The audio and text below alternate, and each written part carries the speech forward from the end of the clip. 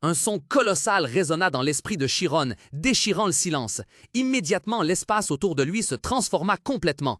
Un monde onirique d'un bleu saphir apparut, des ondulations d'énergie se propageant comme une surface de lac agité, scintillant d'innombrables particules de lumière minuscules. Au milieu de ce vide resplendissant, un arbre ancien et gigantesque, entièrement tissé de lumière, apparut lentement. Son immense feuillage rayonnait d'une douce et vibrante aura. Chiron fut stupéfait par ce spectacle grandiose, se demandant avec étonnement « Est-ce vraiment le royaume des esprits ?» Alors que les feuilles de lumière commençaient à tournoyer et à tomber lentement comme une pluie d'étoiles filantes, un oiseau, également créé à partir d'énergie spirituelle pure, surgit soudainement. Il déploya gracieusement ses ailes, plongeant d'en haut, devenant un trait de lumière bleu-vert éclatant dans ce paysage surréel. Dans un espace illusoire empli de pur bleu azur, l'esprit de Chiron dérivait. Devant lui, une ville faite de lignes lumineuses scintillantes commença à se briser en d'innombrables fragments, d'où s'envolèrent des oiseaux de lumière vers le ciel. Chiron eut la sensation d'être lui-même déchiré en morceaux, puis dispersé à travers le monde. Une déchirure terrifiante traversa sa conscience. Un son strident résonna, tandis que son être était emporté par des traînées de lumière chaotiques se dissipant dans le néant.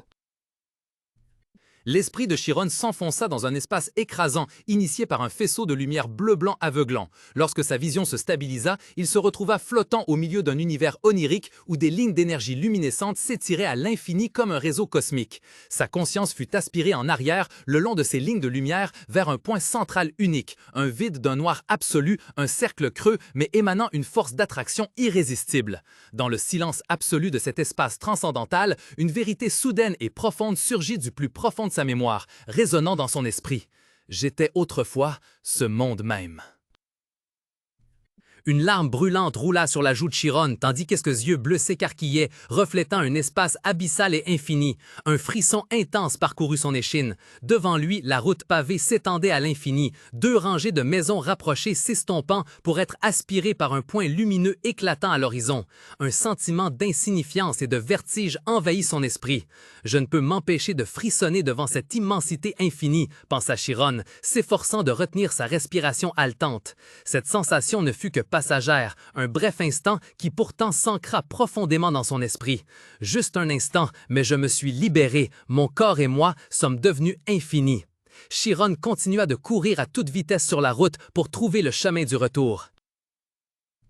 Un boom strident retentit, déchirant le silence de la rue pavée. Il fut projeté en arrière, perdant complètement l'équilibre. Il n'eut le temps de rien faire d'autre que de tomber à plat ventre sur le sol froid et rugueux. Aïe! Saisi de panique, il leva la tête en hâte, ses yeux bleus grands ouverts, remplis d'effroi, et balbutia. « Je suis désolé !» Devant lui, non pas un, mais toute une bande d'hommes costauds à l'air de voyous. Ils l'encerclèrent, bloquant toute issue dans l'allée étroite et sombre. L'atmosphère devint soudainement suffocante de tension. L'homme le plus baraqué, portant un débardeur, grogna. « Tu te prends pour qui? Tu me cherches des noises ?» Immédiatement, un grand voyou l'a accosté, sa main rugueuse agrippant son col. Avec un sourire sinistre, il a grogné au visage de Chiron terrifié. « T'es fou? Frapper quelqu'un, ça se paie, c'est évident. Tu crois qu'une excuse suffit? T'es du gang des loups, non ?» Complètement dominé, Chiron n'a pu que bégayer en tremblant. « Je suis désolé. » Les excuses ne firent qu'amuser davantage le voyou.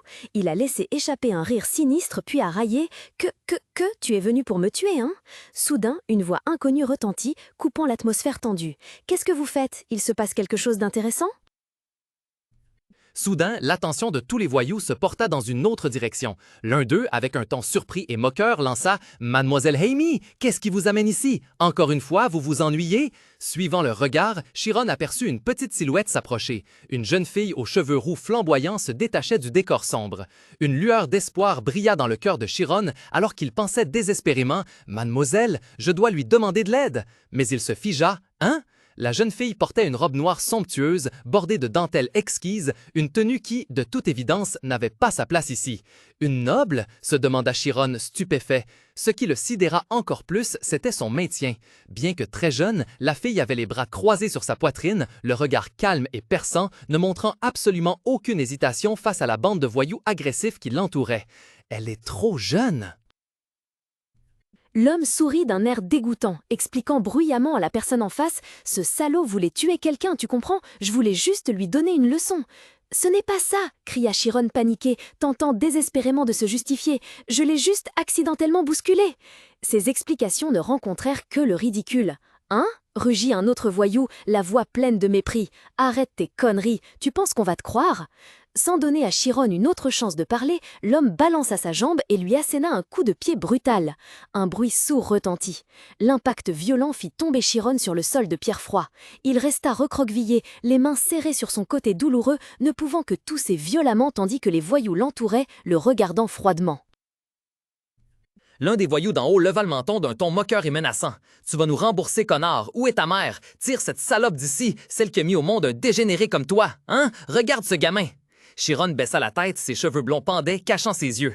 Il s'efforçait d'endurer les injures acides, mais quand ils mentionnèrent sa mère, quelque chose en lui sembla se briser. Le voyou s'interrompit un instant, puis esquissa un sourire narquois. « Ton regard a changé. Qu'y a-t-il? T'es en colère? » En réponse, ce ne furent pas des mots, mais un regard fulgurant. Sale arrogant, pourquoi tu ne recommences pas, hein?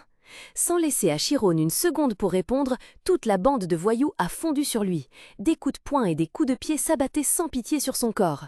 Au milieu des bruits de l'agression brutale, un autre a rappelé à ses complices, d'un ton à la fois moqueur et impérieux, « Hé, faites attention à ne pas lui marquer le visage !» Au même instant, une voix paniquée résonna de loin, déchirant l'atmosphère de violence. Amy Carmis se tenait là, ordonnant froidement « Arrêtez, arrêtez, vous allez le tuer à ce rythme !» Le bruit des bottes claquant sur le pavé froid brisa le silence oppressant de la ruelle sombre. Sous la faible lueur du lampadaire, Chiron gisait sur le sol. Amy s'approcha pour examiner. « Tu vas bien ?» Voyant son apparition, un des voyous se hâta de nier. « Je n'ai rien fait. » Mais Chiron n'entendait rien. Il gisait recroquevillé sur le sol froid, le visage maculé de saleté et marqué d'ecchymose. Ses épaules tremblaient à chaque sanglot étouffé. Des larmes chaudes et amères coulaient de ses yeux, roulant sur ses joues, exprimant une douleur et une impuissance extrêmes. Amy jeta un regard là autour d'elle, puis prit la parole. « Bon, on s'arrête là, d'accord ?» Sa voix semblait indifférente, mais un sourire moqueur et malveillant apparut sur ses lèvres quand elle ajouta « Vous n'avez rien de plus amusant à faire ?» En entendant cela, l'un des voyous proches ricana et répondit « Eh bien, on comptait le rouer de coups et le vendre à un village au sud. Après tout, ce n'est qu'un roturier, donc il n'y aura rien à craindre par la suite. » Une peur abyssale lui serra le cœur. La perspective d'être vendu, séparé de sa famille pour toujours, se dessina clairement. Chiron gémit silencieusement du plus profond de son être. « Maman, papa !»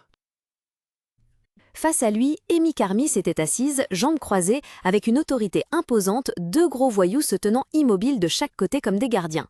Amy s'éclarcit légèrement la gorge, ses yeux verts perçants balayant Chiron de la tête aux pieds.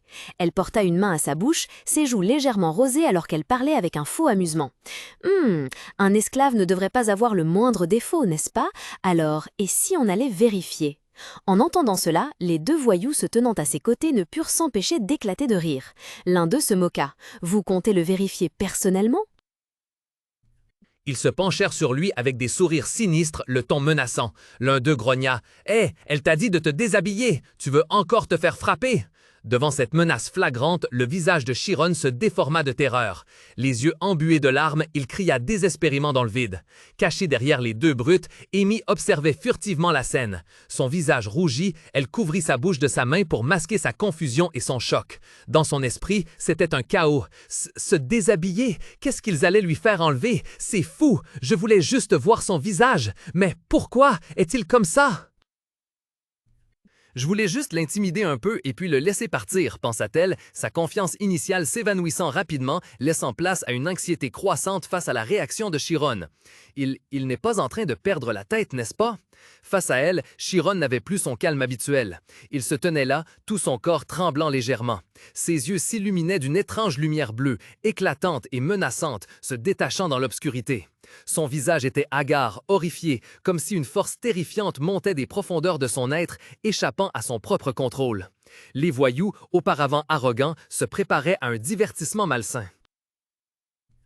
L'espace aux yeux de Chiron sembla se figer. La mouche, aux yeux composés rouge vif, avait cessé de voler. Elle flottait immobile dans l'air, comme retenue par une force invisible. Cette étrange stagnation se répandit dans tout l'espace. Un oiseau en piqué s'arrêta en plein ciel, aile déployée, serre tendue, sans pouvoir atteindre le sol. En dessous, des rats qui piaillaient restaient immobiles comme des statues, la gueule encore béante dans un cri silencieux. Toute l'allée plongea dans un calme absolu, le temps semblait s'être arrêté. Un monde surréaliste s'ouvrit soudainement, submergeant tout dans un bleu azur mystique. Des lignes magiques lumineuses s'entrelacent inextricablement, formant un espace infini. Flottant au milieu de cet espace enchanté se trouvent les brutes qui étaient si féroces il y a un instant. Maintenant, elles sont complètement impuissantes, leur corps emprisonné dans un flux d'énergie, leur visage conservant encore l'horreur absolue d'avant la perte de conscience. Au centre de ce flux de puissance, Chiron resta figé. Le souffle coupé, il marmonna avec une stupéfaction extrême. C'est... Une aura d'un bleu éclatant émana soudainement de son corps. L'espace environnant sembla se déformer à mesure que le mana se condensait de plus en plus. Une lumière bleue aveuglante éclata violemment, engloutissant tout sur son passage, transformant la nuit en une zone d'un blanc pur et puissant. La tempête de puissance magique se calma et à la place de la lumière éblouissante, apparurent des éclairs magiques d'un bleu-violet féroce, s'abattant avec un son déchirant l'air.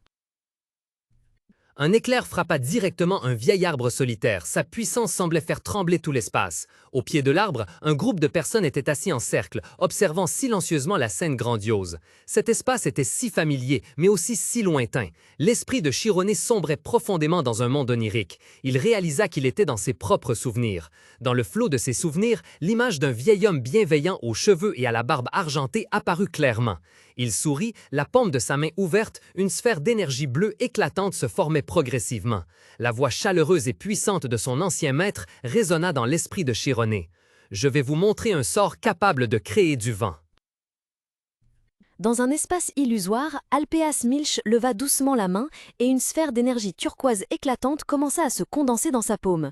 La sphère s'illumina, puis se brisa en une cascade de données composée d'innombrables particules lumineuses carrées qui se déversèrent en un torrent. Ce flux lumineux aveuglant pénétra directement l'esprit de Chiron. Il se figea, son corps immobile. Ses yeux grands ouverts brillaient désormais d'une lumière turquoise éthérée, reflétant une stupeur et une admiration extrême. Il semblait être complètement immergé dans un autre monde, inconscient de la réalité environnante. Au milieu de cela, une voix rude et en colère s'éleva, tentant de le tirer de sa torpeur. L'un des voyous rugit. « Espèce de bâtard, t'es sourd ou quoi ?» Un des voyous tendit la main, agrippant le col de Chiron et le souleva brutalement du sol. Il grogna juste devant lui, son haleine fétide sur le visage de Chiron. « Tu penses que je plaisante avec toi ?»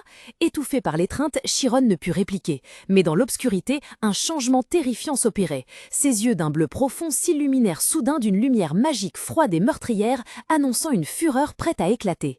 Témoin de cette scène, une horreur absolue se lisait sur le visage d'Amy. Elle hurla de panique, sa voix brisée par la peur. « Ah, attendez! Arrêtez ça !»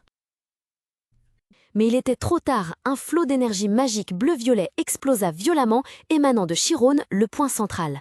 Une force invisible mais imparable balaya l'espace, projetant les voyous en arrière comme des feuilles dans une tornade. Leurs visages étaient déformés par l'horreur et une douleur intense. Une violente explosion d'énergie bleue a soudainement éclaté, déchirant le silence de l'étroite ruelle. Des traînées de lumière magique acérées comme des lames de rasoir tourbillonnaient, balayant tout sur leur passage avec une force incontrôlable. Au cœur de cette tempête d'énergie, Chiron se tenait seul sur le vieux chemin pavé. Le jeune garçon semblait être englouti par la puissance qu'il venait de libérer. Lorsque la lumière aveuglante s'est dissipée, rendant à la ruelle son silence glaçant, Chiron s'est effondré sur les pavés froids. Ses yeux bleus vifs étaient grands ouverts, emplis d'une horreur et d'une confusion extrême. Le souffle court, le corps tremblant, le jeune garçon n'arrivait toujours pas à croire à la puissance destructrice qui venait de jaillir de son propre corps. Chiron, les yeux bleus grands ouverts, reflétait une scène incroyable, des silhouettes tombant librement du ciel. Immédiatement après, les cris terrifiés et déchirants des voyous résonnèrent entre les gratte-ciel. Une force invisible les avait projetés en l'air, leur corps tourbillonnant impuissamment dans les airs. Papier et débris volaient éparpillés, peignant un tableau de chaos extrême. Debout en bas, Chiron releva brusquement la tête, la bouche grande ouverte d'une stupéfaction extrême. Ses yeux bleus s'écarquillèrent, ses pupilles se contractèrent, laissant jaillir une lumière magique obsédante et terrifiante. La scène autour de lui était un véritable enfer sur terre. Les brutes, si arrogantes il y a un instant, gisaient désormais éparpillées sur le sol brisé. Leurs cris déchirants et désespérés résonnaient dans l'espace silencieux. « Gargue! Ah, ma jambe! Aidez-moi » hurla l'un d'eux dans une douleur atroce, le sang jaillissant de sa blessure, tandis que d'autres se tordaient et convulsaient parmi les décombres. Quelques-uns étaient inconscients, de l'écume blanche aux lèvres, immobiles dans leur propre mare de sang. Amy se précipita vers Chiron, ses cheveux roux flamboyaient comme un feu sauvage, son beau visage déformé par la fureur et une suspicion extrême. Amy rugit, sa voix perçante déchirant l'air tendu comme une corde. « Hé, toi, qui es-tu, bon sang? Où as-tu appris la magie ?» La voix d'Amy retentit, rompant la sérénité avec dédain. Comment un simple roturier pourrait-il? À ce moment-là, le silence tendu fut rompu par un grand bruit résonnant du fond de la rue. Quelqu'un cria, affolé, « Là-bas, il y a un bruit énorme! » Amy claqua la langue avec irritation, son arrogance habituelle se mut désormais en fureur. Elle serra les poings et une puissante aura commença à jaillir, tourbillonnant autour de sa petite silhouette. Amy s'est rapidement élancée comme un écureuil, quittant le chaos. Chiron se retourna précipitamment, son cœur battant à tout rompre dans sa poitrine. Le long de la rue pavée, quelques passants commençaient à s'attrouper au loin. Son esprit tournait, incapable de comprendre quelle force terrible avait pu faire cela. Comment avait-il pu être projeté ainsi? Au milieu de l'hébétude de Chiron, un cri de panique résonna de la foule. « Quelqu'un est à terre ici !» Un frisson soudain parcourut l'échine de Chiron.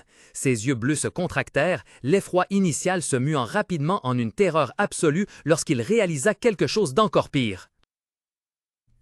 Au milieu de ce chaos ambiant, Chiron se tenait immobile, sa petite silhouette projetant une longue ombre sur la pierre. Il regarda ceux qui venaient de l'agresser, désormais inanimés.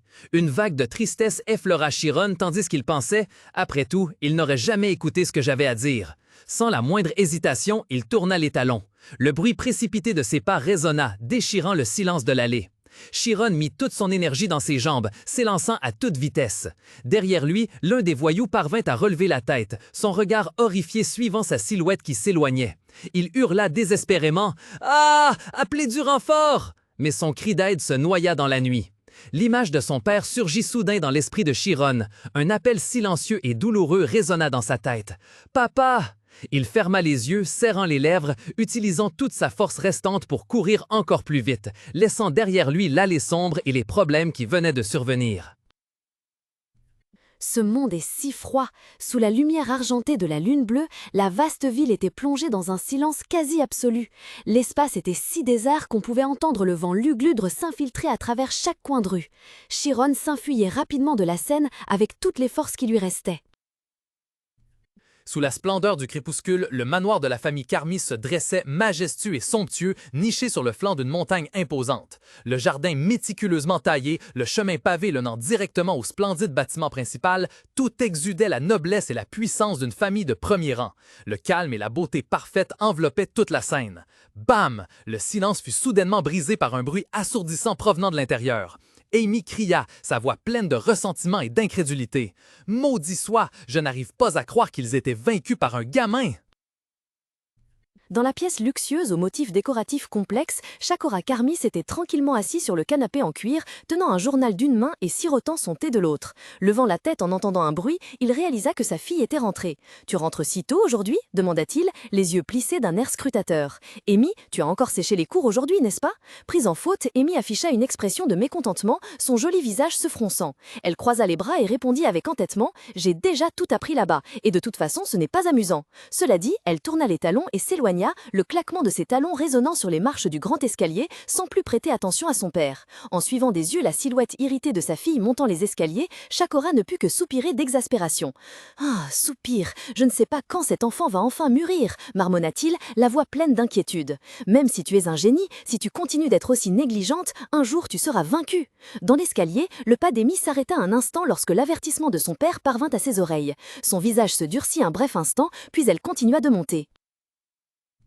Ce silence le tracassait un peu. Il pensa « Tiens, pourquoi est-elle si silencieuse aujourd'hui ?» Soudain, un appel déterminé. « Papa !» résonna depuis l'escalier, brisant le calme. Shakora leva la tête de son journal, croisant le regard de sa fille. Les yeux verts d'Amy brillaient avec détermination, tandis qu'elle prenait la parole, sa voix empreinte de résolution. « La magie !» « Quoi?